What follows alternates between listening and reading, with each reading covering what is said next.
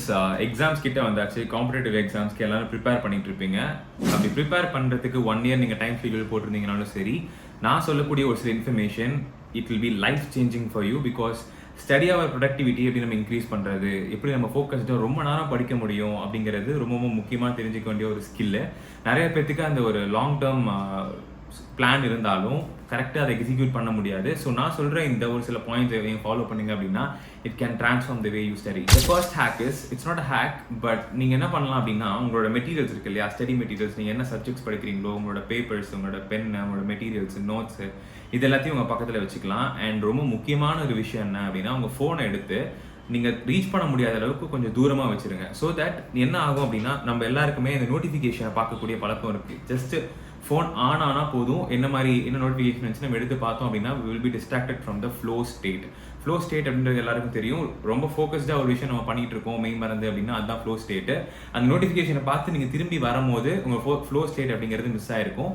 So இதுக்கான ஒரே solution, ஃபோனை தூக்கி ஓரமாக வச்சுருங்க. ஸோ நோட்டிஃபிகேஷன் இருந்தாலும் அது எந்திரிச்சு போய் பார்க்கறதுக்கான ஒரு இன்ட்ரெஸ்ட் உங்களுக்கு கிரியேட் ஆகாது. So that you will be focused again. And second hack is, ஒரு சார்ட் எடுத்து பார்த்தீங்க அப்படின்னா நீங்கள் படிக்க உட்காருங்க ஒரு 2 hours அப்படின்னா அந்த 2 hours உங்களால் என்டையராக கண்டினியூஸாக ஸ்டடி பண்ண முடியாது. ரீசன் என்ன அப்படின்னா உங்களோட ஃபோக்கஸ் வந்து பார்த்தீங்கன்னா கிராஜுவலாக இன்க்ரீஸ் ஆகி அதுக்கப்புறம் அப்படியே குறைய ஆரம்பிச்சிடும்.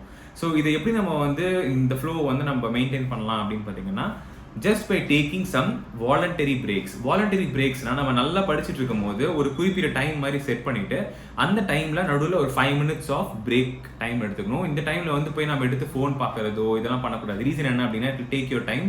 பிகாஸ் அகெயின் அந்த ஃபோன் எதுக்காக டிசைன் பண்ணப்பட்டிருக்கு, அந்த ஆப்ஸ் எதுக்காக டிசைன் பண்ணப்பட்டிருக்கு அப்படின்னா அந்த அல்காரிதம்ஸ் எல்லாமே உங்களை திரும்ப அந்த ஆப்பை ரொம்ப நேரம் யூஸ் பண்ண வைக்கிறதுக்காக தான். ஸோ அது மூலியமா அவங்களுக்கு ஆட்ஸ் ரன் பண்ண முடியும், ஜென்ரேட் பண்ண முடியும் மணியை. ஸோ இதில் இந்த ஹேக்கில் நீங்கள் மறுபடியும் விழுந்துட்டீங்க அப்படின்னா again you cannot come back very easily. But instead நீங்கள் வேற மாதிரியான ப்ரொடக்டிவிட்டி பிரேக் எடுத்துக்கலாம். லைக் இந்த பிரேக்கில் நீங்கள் எய்தர் நீங்கள் வந்து ஒரு டிராயிங் வரையலாம், இல்லை உங்களுக்கு பிடிச்ச பாட்டை நீங்கள் பாடி பார்க்கலாம், இல்லை ஏதாச்சும் ஒரு போயம்ஸ் எழுதலாம், உங்கள் ஹாபி டைம் ஸ்பெண்ட் பண்ணலாம் just for 5 minutes and then you should come back. மறுபடியும் எந்த ஸ்டேட்டில் நீங்கள் ஆரம்பிச்சிங்களோ அதே மாதிரி வரணும். ஸோ தட் என்ன ஆகும் அப்படின்னா you will do the thing and come down and you do the thing and then come down. இது ஒரு லாங் ஸ்ட்ரெச்சாக போகும்போது நல்ல ஒரு ப்ராக்டிஸாக இருக்கும் உங்களுக்கு. அண்ட் இதுதான் ரொம்ப முக்கியமான ஒரு step. Third step, you need adequate amount of sleep. நல்ல தூக்கம் வேணும். ஸோ சொல்லுவாங்க இல்லையா, நீங்க எக்ஸாம்ஸ்க்கு படிக்கிறீங்க அப்படின்னா ஒரு 3 hours தூங்கினா போதும், 4 hours தூங்கினா போதும், மீதி நேரம்லாம் படிங்க அப்படின்னு சொல்லிட்டு. சீட்ஸ் about how much you study அப்படின்றது கிடையாது, எவ்வளோ நேரம் நீங்கள் படிக்கிறதுன்றது கிடையாது. அதை எவ்வளோ தீவிரமாக நீங்கள் படிக்கிறீங்க, எவ்வளோ சின்சியராக நீங்கள் படிக்கிறீங்க, கோ த்ரூ பண்ணுறீங்க அப்படிங்கிறது ரொம்ப முக்கியம். ஸோ இது ரெண்டுக்கு என்ன வித்தியாசம் நான் சொல்லிடுறேன். இப்போ ரொம்ப நேரம் படித்தாலும் உங்களுக்கு எல்லாமே ஞாபகம் இருக்க போகுதா அப்படின்னா கண்டிப்பாக கிடையாது. பிகாஸ் உங்கள் மைண்டில் மெமரி அப்படிங்கிறது 2 விதமாக ப்ராசஸ் பண்ணப்படும். ஒன்று ஷார்ட் டேர்ம், இன்னொன்று long term. Short term memories இது எல்லாமே வந்து ஹிப்போ கேம்பஸ் இருக்கு இல்லையா, இந்த ஹிப்போ கேம்பஸ் அப்படிங்கிறது உங்க பிரெயினோட ஒரு சின்ன பார்ட்டு. இந்த பார்ட்ல வந்து ப்ராசஸ் பண்ணப்பட்டு அந்த இடத்துல வந்து it just chase okay fine, நமக்கு இந்த விஷயம் புரிஞ்சிருச்சு அப்படின்னு சொல்லிட்டு. பட் அதை பத்தி நம்ம எகைன் நினைச்சு பார்க்கல அப்படின்னா அது நமக்கு ஷார்ட் டேர்ம் மெமரி தான். பட் இதை நீங்க லாங் டேர்ம் ப்ராசஸாக மாற்றும் போது, அதாவது எகெயின் ஒரு விஷயத்த எகெயின் ஒரு சப்ஜெக்டோ ஒரு டாப்பிக்கோ நீங்க ரிவைஸ் பண்ணி பார்க்கும்போது, இந்த ரிவிஷன் எப்படி பண்றது நான் சொல்றேன். ஏன்னா ரிவிஷன் அப்படின்னாலே நம்ம திரும்பி எடுத்து பார்க்கறதுக்கு செமையா போர் அடிக்கும் இல்லையா, அதுக்கு டெல் யூ ஹேக் அகெயின். நம்ம ரிவைஸ் பண்ணி பார்க்கும்போது எகெயின் உங்க பிரெயின்ல இருக்கக்கூடிய ஹிப்போ கேம்பஸ்ல இருந்து நியோ கார்டெக்ஸ்க்கு போகும். ஸோ இந்த ப்ராசஸ் அப்படிங்கிறது நமக்கு எப்படி நடக்குது அப்படின்னா it's very complex process. But still நியூரான்ஸ்க்கு மத்தியில் இருக்கக்கூடிய கனெக்டிவிட்டி அப்படிங்கிறது மேலும் அதிகரிக்கும். ஸோ இப்படி அதிகரிக்கும் போது நம்ம ஷார்ட் டேர்ம் மெமரியிலேருந்து லாங் டேர்ம் மெமரிக்கு அதை மூவ் பண்ண முடியும். அண்ட் இது நடக்கணும் அப்படின்னா ஒரு ப்ராப்பரான ரிகவரிங் ப்ராசஸ் வேணும். அந்த ப்ராசஸ் எப்போ நடக்கும் அப்படின்னா பை ஸ்லீப். ஸோ நீங்கள் நல்லா தூங்கும் போது தான் உங்களால் நல்லா ஒரு சில விஷயங்கள் ஞாபகம் வச்சுக்க முடியும். ஸோ கரெக்டாக தூங்குங்க and deep sleep is very important. Okay, நான் சொன்னேன் இல்லையா இன்னொரு ஹேக் அப்படின்னு சொல்லிட்டு இந்த ரிவைஸ் பண்ணுறதுக்கு ஒரு சில, இப்போ ஃபார் எக்ஸாம்பிள் நீங்கள் மெடிக்கல் எக்ஸாம்ஸ் படிக்கிறீங்க, இல்லை ஒரு ஜெஇ எக்ஸாம்ஸ் படிக்கிறீங்க அப்படின்னா உங்களுக்கு டேட்டாஸை ஞாபகம் வச்சுக்கிறது ரொம்ப முக்கியமான விஷயம். ஃபார் எக்ஸாம்பிள் ஒரு ஆர்கனோட நேம், அந்த ஆர்கனோட செல்லில் இருக்க நேம், இல்லை ஒரு பாக்டீரியாவோட நேம், இதெல்லாம் ஞாபகம் வச்சுக்கிறது அப்படிங்கிறது ரொம்ப முக்கியம். ஸோ இதுக்கு நீங்கள் என்ன பண்ணலாம் அப்படின்னா டு கிரியேட் ஃபிளாஷ் கார்ட்ஸ். அந்த ஒரு ஃபிளாஷ் கார்டு நீங்கள் பார்க்கும்போது யூ கேன் ரைட் சம்திங், அதுக்கு பின்னாடி அதுக்கான ஆன்சர் நீங்கள் எழுதி வச்சிடலாம். ஸோ தட் ஃபிளாஷ் கார்ட்ஸை நீங்கள் ஷஃபில் பண்ணிட்டு எப்பெல்லாம் போர் அடிக்குதோ அந்த ஃபிளாஷ் கார்டு எடுத்து பார்க்கணும். அந்த வேர்டை பார்த்தவொடனே அதுக்கான மீனிங் என்ன, அது என்ன மாதிரி பாக்டீரியாவா இருக்கும், அது என்ன மாதிரி இன்ஃபெக்ஷன்ஸை காஸ் பண்ணணும்னு சொல்ல முடிஞ்சு அப்படின்னா யூ ஹாவ் குட் மெமரி.